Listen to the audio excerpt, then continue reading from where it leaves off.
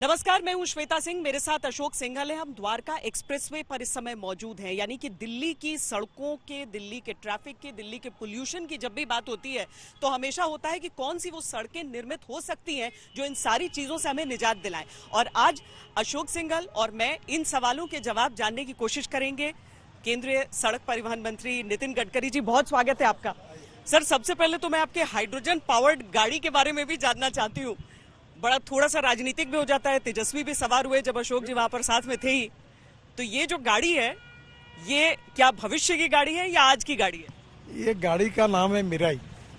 Mirae means भविष्य, future. Mirae जापानी word है और आगे पानी से हाइड्रोजन निकलेगा और ये गाड़ी चलेगी और ये फ्यूचरिस्टिक फ्यूल है।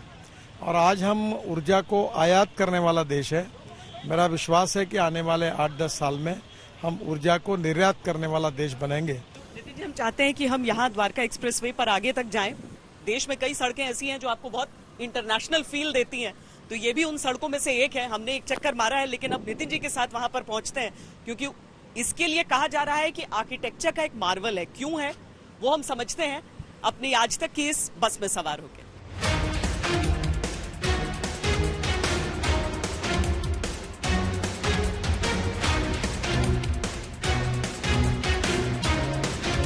ये द्वारका एक्सप्रेसवे और इस पर आज तक एक्सप्रेस। सर, क्या क्या खास है इसमें? क्यों इसको हम एक मावल ये 20 साल पहले प्लानिंग में था और दिल्ली सरकार और हरियाणा सरकार के बीच में काफी लैंड एक्वायर कर दी। ये पूरी लैंड बंद पड़ी थी और 20 साल से कुछ नहीं हुआ था। बाद में जो UR2 जो है, जो आगे पानीपत वाले रोड को मिलता है, वो भी दिल्ली के डेवलपमेंट प्लान में था। पर बाद में एक बार हरियाणा के मुख्यमंत्री जी ने एक पब्लिक मीटिंग में मुझे कहा कि ये 30 किलोमीटर का है, तो मुझे लगा ये 300-400 करोड़ का होगा। मैंने हाँ कह दिया। अब जब देखा तो इसमें काफ़ी बड़ी बातें आई। ये हाईवे जो है, इसमें 5 चीज़ें ऐसी है जो भारत में पहली बार हुई है। ये सिंगल पियर पर, यानी एक ही पियर पर 8 लेन रोड बना हुआ है। This is the first time in the country. ये भारत का पहला 4 स्तरीय इंटरचेंज 2 जगह पर है। 4 स्तरीय, 1 2 3 4। दूसरा 3 स्तरीय इंटरचेंज है 9 जगह पर। और ये 3.6 किलोमीटर 8 लेन लंबी टनल है इसके अंदर में। बाद में हवाई अड्डे से जुड़ने के लिए T3 को डायरेक्ट 2.4 किलोमीटर की 6 लेन सुरंग बन रही है। और प्रमुख इंटरचेंजों पर एलिवेटेड सर्विस रोड है। सर्विस रोड भी ऊपर है और अतिरिक्त 6 लेन सर्विस रोड और बनाए गए हैं। ये आइडिया कहाँ से आया? क्या किसी देश में ऐसा आपने देखा, या जो आउट ऑफ बॉक्स आइडियाज के लिए आप जाने जाते हैं कि जो कहीं नहीं होता वो आप नई चीज लेके आते हैं, कॉन्सेप्ट नया होता है, तो ये आइडिया कहाँ से आया कि ऐसा बनाना है? 14 लेन एलिवेटेड रोड, टनल्स। ये जो धोला कुआं से गुड़गांव का रोड है, इसके ट्रैफिक जाम में मैं अनेक बार फंसा हूं। एक बार आपने भी न्यूज की थी। तब मैंने तय किया कि इसका 2.5 लाख मिसयूज है। अब क्या होगा, जो पंजाब, हरियाणा, कश्मीर, उत्तराखंड, हिमाचल जो लोग एयरपोर्ट आते हैं, अब वो सीधे आएंगे, तो धौला कुआं से गुड़गांव का 50% ट्रैफिक कम हो जाएगा। तो ये जो पूरे रोड पे जो ट्रैफिक जाम है खत्म हो जाएगा। और दूसरी इंपॉर्टेंट चीज ये है कि यहाँ से डायरेक्ट दिल्ली मुंबई हाईवे को जुड़ जाएंगे। यानी आप पंजाब से निकलेंगे, पानीपत में आएंगे और UR2 से आएंगे, यहाँ से सीधा ये जो जा रहा है ये सोना जाएगा और सोना से डायरेक्ट मुंबई जाएगा, जयपुर जाएंगे, डायरेक्ट वहाँ से सूरत, अहमदाबाद, बड़ोदरा जाएंगे और सूरत से डायरेक्ट चेन्नई, कन्याकुमारी तक ऐसे हाईवे से जाएंगे।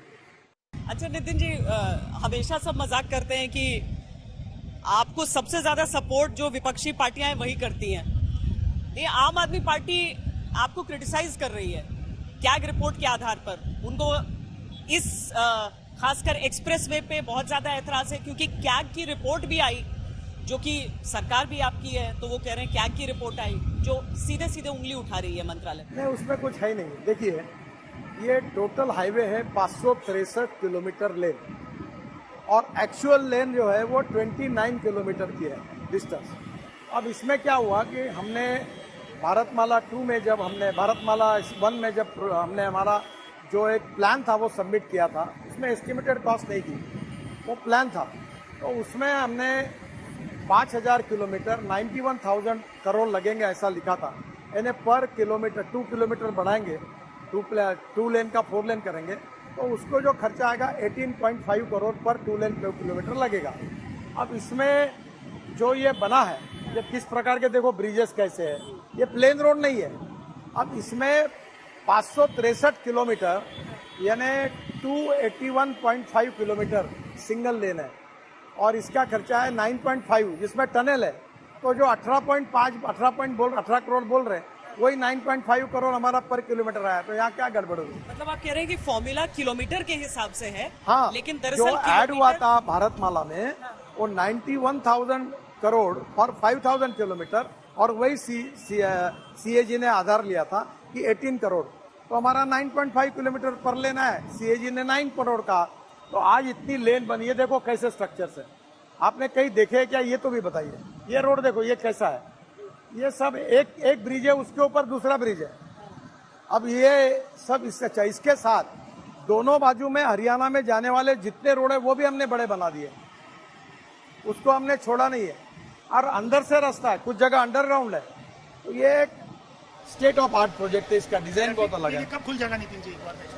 ये हम लोग 3 महीने में पूरा करेंगे। और इससे क्या फर्क पड़ने वाला है, मतलब दिल्ली के लोगों को, आसपास के लोगों को, बाहर जाने वाले लोगों के लिए? देखो अभी उद्घाटन नहीं हुआ तो कितनी गाड़ियां दिख रही देखो, और जब ये पूरा हो जाएगा तो लाखों गाड़ियां जाएगी। तो जो मेन रोड जो है Dhaulakuan to Gurgaon up to Manesar, इसका काफी ट्रैफिक कम होगा, नई कनेक्टिविटी दिल्ली को मिलेगी। ये दिल्ली के लिए एक नया प्रकार से नई एक लाइफ लाइन है, ऐसा कहूंगा तो मैं। दूसरी बात, ये दिल्ली पूरी यहाँ डेवलप हो रही है। आप ये रोड बनने के पहले यहाँ आते तो ये पूरे काम बंद पड़े थे, यहाँ के बिल्डरों का दिवाला निकल चुका था। अब ये करोड़पति बन गए, रेट बढ़ गए और यहाँ कम से कम 5 लाख लोगों की नई बस्ती प्लान डेवलपमेंट हो रही है। तो ये बहुत बड़ी विशेषता है इसकी। नितिन जी, 26 ऐसे रोड जिन पे प्लेन उतर सकते हैं, लैंड हो सकते हैं, ग्रीन एक्सप्रेसवे, आखिर कहाँ रुकेगा आपका सिलसिला? ये क्या और भी कुछ प्लान आपके दिमाग में? नहीं, पहली बात तो ऐसी है कि प्रधानमंत्री जी का सपना है $5 ट्रिलियन की इकोनॉमी बनाना, आत्मनिर्भर भारत बनाना।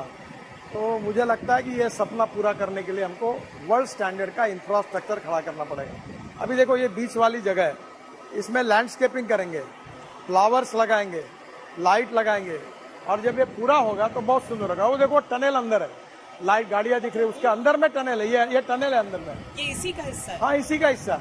ये देखो नीचे से गाड़ियां जमीन के अंदर से जा रही है। तो सर कुछ हिस्से इसके खुल गए हैं और जो हाँ, हमने जैसा हुआ लोगों को अनुमति दे दी है। यहाँ इंटरनेशनल फीता काटने का इंतजार नहीं हो रहा है। देखो लोगों की तकलीफ कम हो रही है ना। तो हम अभी ये एक ब्रिज है, उसके ऊपर दूसरा ब्रिज है, वो नीचे में टनल बनी है। बीच के स्क्वायर्स को भी लैंडस्केपिंग वगैरह करेंगे। ये पावर लाइन हमको शिफ्ट करनी पड़ी, ये भी बहुत बड़ी समस्या थी। और ये अपने आप में बहुत अलग डिजाइन